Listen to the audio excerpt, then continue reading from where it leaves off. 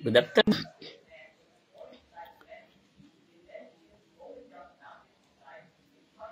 Hello po. Magandang hapon po sa inyong lahat. Hindi tayo nakapag-live kagabi sapagkat may mga bisita po tayo kagabi. So, ngayon ay aalamin natin ang alcohol content ng ginawa nating wine. So, mayroong klaseng dalawang method tayo ng pag-detect ng alcohol content.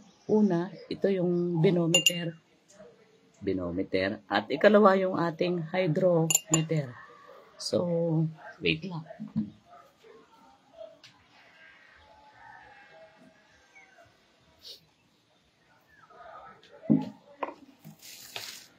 Sa hydrometer, ito yung ikalawang tinginan natin ng pagtitingin ng alcohol content. So, ito yung ikalawang method.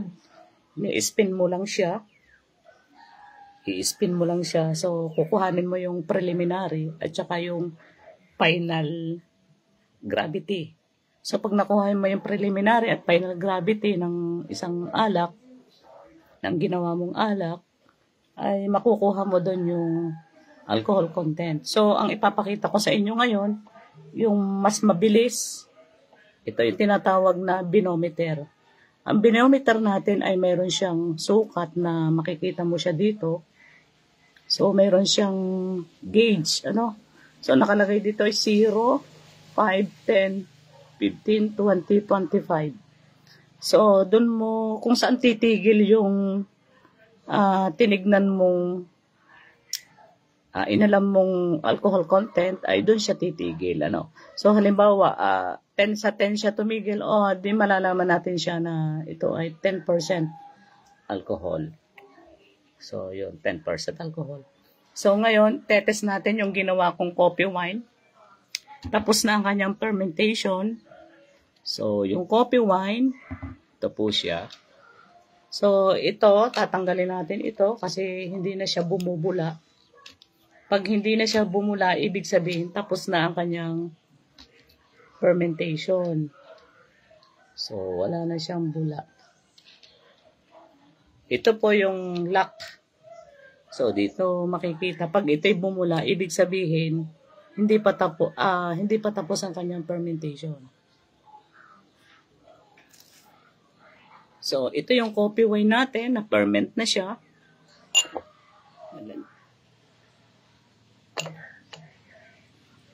Ayan.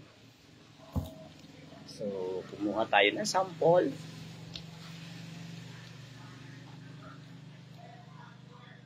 At ating ilalagay dito para malaman natin kung ilan ang alcohol content ng isang coffee wine na ating ginawa.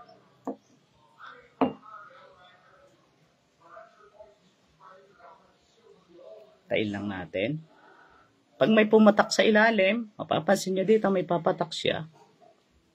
Pag may pumatak, ibig sabihin wala na siyang bula.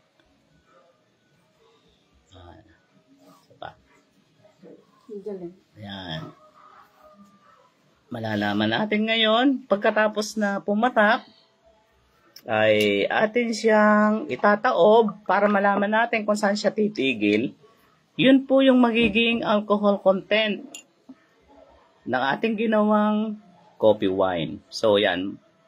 Malalaman na natin kung ilan. Nasa 10, 11, 12% alcohol. So, itong ginawa nating coffee ay 12% alcohol. So, ibig sabihin, siya, makikita, medyo malabo pag sa video. Ayan po, makikita nyo. Almost 12% alcohol. Nakatigil siya sa 12. So, yun po yung alcohol content ng ginawa nating wine. Kanina, tinest natin yung ginawa nating grapes wine. So, mayroon siyang 14% alcohol. So, ibig sabihin itong ginawa nating coffee ay almost, ilan nga? 11, 12 ma? Sabi ko kanina. Teka, check uli natin. 12. 11 to 12% alcohol. So, yun po yung content ng ating coffee na ginawa. Try nating inumin.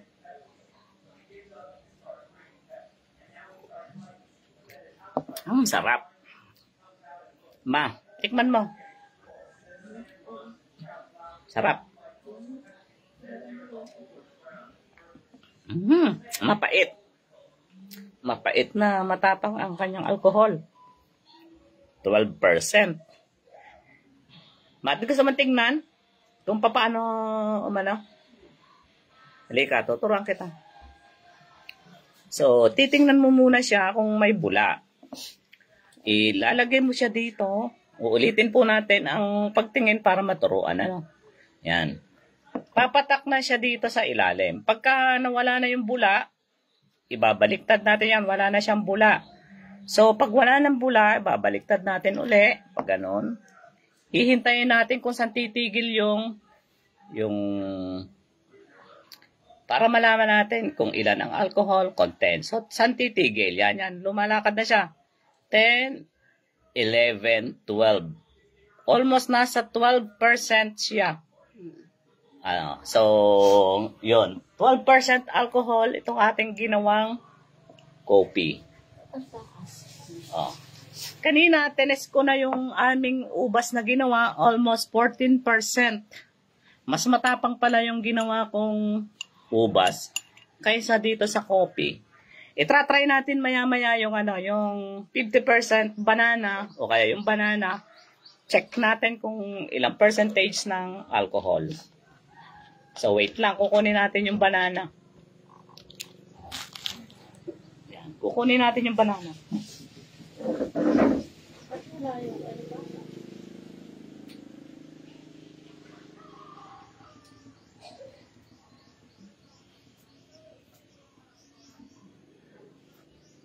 Yan. Ito yung banana.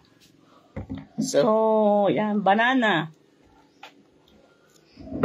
Try natin kung ilang percentage ng alcohol content. Ano? Wait lang. Mahirap buksan.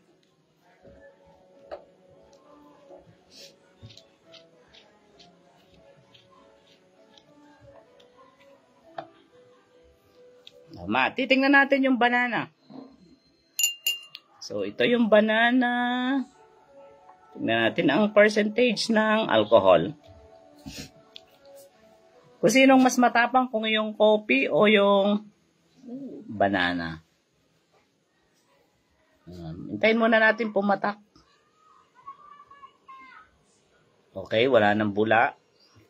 Pag wala na siyang bula, pwede na natin siyang ibaba at titingnan natin yung kanyang content ng alcohol. Yan, hindi pa siya nababa. Bababa pa lang siya, nasa taas pa siya. So, kung saan siya titigil, yun ang magiging alcohol content ng banana. Sa tumigil, 9, 10,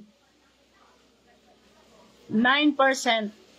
So, 9% lamang po ang alcohol content ng ginawa nating bangalan wine. So, mamaya titingnan natin yung grapes natin. Ipapakita ko sa inyo kung ilang percentage. So, ang ating coffee ay mayroon 12%. Ang ating banana ay mayroong 9%. At ang isusunod po natin yung grapes.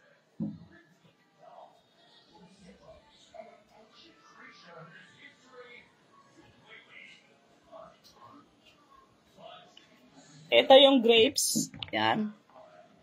Yung ubas natin. Wait lang, ayusin natin. Ayusin lang natin ang ating video. Yan. Medyo masikip. So, isusunod po natin na tignan ang ating grapes. Ubas. Ubas wine.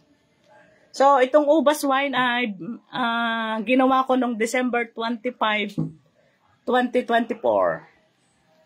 Yung ating coffee ay January 1, 2025. New Year. So, itong banana, Yan, itong banana ay ginawa ko ng December 25 din. So, ito yung ubas natin.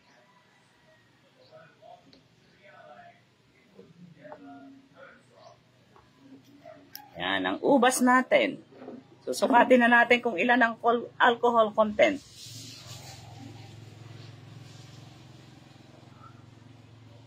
Yan, ang ubas. So, halika at malinaw-linaw ang mata mo. O, yan. So, pag wala na siyang bula, pag wala ng bula siya, pwede na natin siyang itagilid. So, titignan natin kung ilan ang lalabasan niya. Yan, pag bumaba naman. Yan, pababa na. Nasa 10, 11, 12, 13, 14, 15. Almost 15%. So, mataas ang alcohol content ng ating ginawang ubas. Sa pagitan siya ng 15 at 14. So, almost 15% alcohol. Itong ubas. Itong ubas. Itong coffee natin ay, ilan nga kanina? 12%. So, ito namang sa banana ay 9%. So, ganun po ang pagtingin sa gamit na binometer.